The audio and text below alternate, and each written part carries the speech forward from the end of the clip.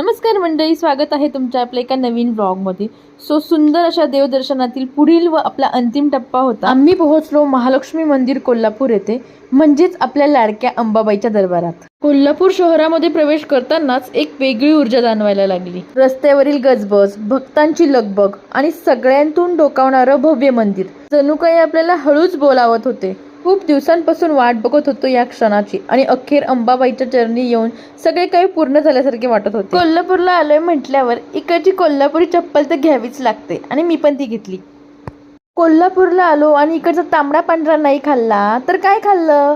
याशिवाय trip complete कशी होणार, म्हणून आम्ही थेट तांबडा पांढऱ्यावर ताव मारला। मी आणि यांनी कोल्हापूर जाण्याआधीच प्लॅन फिक्स केला होता की तिकडे गेल्यावर तिकडचा तांबडा पांढरा ट्राय करायचा म्हणजे करायचा।